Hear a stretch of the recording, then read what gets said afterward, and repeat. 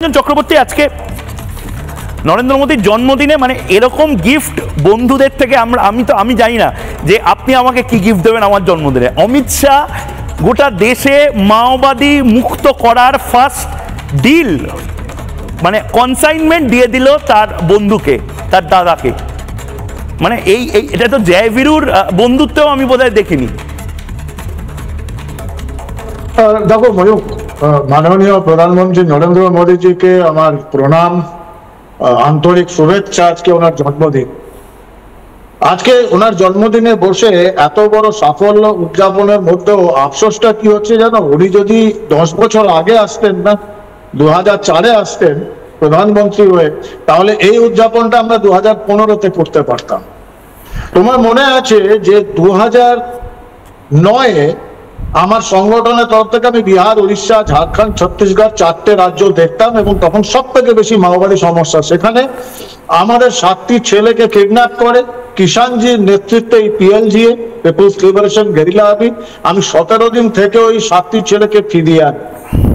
আমি দেখেছি কি ভয়ঙ্কর নেটওয়ার্ক ওরা বেঁচেছিল, নেটওয়ার্ক, গ্রাউন্ডের নেটওয়ার্ক এবং শহরের নেটওয়ার্ক, যেটাই যে 8-10 বছর লাগলো মোদীজির এবং অমিত শাহজির। কারণটা জানো কেন ওরা সাকসেসটা পেল? কারণ অমিত শাহজি একজনের কাছে দায়বদ্ধ, সেটা হচ্ছে নরেন্দ্র দামোদর দাস মোদী, আর মোদীজি দায়বদ্ধ ভারতবর্ষের 140 কোটি মানুষের কাছে। তার আগের সরকারের হোম মিনিস্টার চিদাম্বরম, তিনি দায়বদ্ধ ছিলেন। আমি শ্রদ্ধেয় স্বর্গীয় মনমোহন সিংকে ছেড়ে দিলাম, আমি ওনাকে এর মধ্যে টানছি না, কারণ ওনার কোনো ক্ষমতা ছিল না। চিদম্বরমের দায়বদ্ধতা ছিল 10 জনপথ রোড এবং জর্জ সোরস। যা কিছু অ্যাকশন নেবেন জর্জ সোরসের হয়ে 10 জনপথ হয়ে ওনার কাছে আসতো, যার জন্য অপারেশন গ্রিন হান্ট সম্পূর্ণভাবে ব্যর্থ। আজকে কেন ব্যর্থ না? কারণ আমি আজকে নিজেই 8 বছর আগে একটা ইন্টারভিউতে বলেছিলাম যে মাওবাদীদের নিকেশ করতে গেলে শুধু বুলেট দিয়ে হবে না, ডেভেলপমেন্ট চাই। এই 10 বছর ধরে নরেন্দ্র মোদীজি সরকার যেরকম ভাবে ডেভেলপমেন্ট করেছে উড়িষ্যা, বিহার, ঝাড়খণ্ড, ছত্তিশগড়, মধ্যপ্রদেশ, অন্ধ্রপ্রদেশ, তার জন্য এই গ্রাউন্ড লেভেলের যে ওরা নেটওয়ার্কটা সেটা আর কাজ করছে না। কারণ মানুষ খেতে পড়ে বাঁচছে, জীবনের স্বপ্ন দেখছে। এটা একটা বিরাট সাফল্য। মুসলিমেও 200, 300, 500 মাওবাদীকে বুলেট দিয়ে উড়িয়ে দেওয়া আমাদের জন্য 2 মিনিটের ব্যাপার। গ্রাউন্ড নেটওয়ার্কটাকে ধ্বংস করা গেছে, কারণ তারা জীবনের স্বপ্ন দেখতে শুরু করেছে। তার জন্য নরেন্দ্র মোদীজিকে 140 কোটি মানুষের তরফ থেকে আমি শ্রদ্ধার্ঘ জানাচ্ছি। কিন্তু what about the urban Naxal?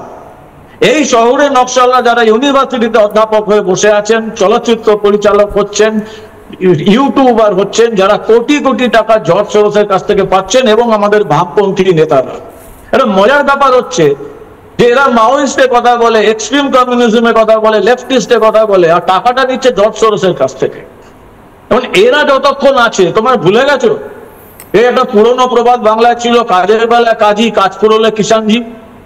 এই বাংলা থেকে তো সেন বংশের সেই সুপর্ণা সেন নাকি অপর্ণা সেন এবং কৌশিক সেন গিয়ে চশমা পরে ছত্রধর মাহাতোর কাছে বসেছিল, যার নামে এতগুলো হত্যাকাণ্ড। তাকে আমি ঠিক এই জায়গাতে আপনাকে থামাচ্ছি, নানা ধরনের কন্টেন্ট দেখার জন্য লাইক করুন, শেয়ার করুন আমাদের ফেসবুক পেজ, সাবস্ক্রাইব করুন আমাদের ইউটিউব চ্যানেল। পাশাপাশি অন্যান্য ব্রেকিং নিউজের জন্য অবশ্যই চোখ রাখুন রিপাবলিক বাংলায়।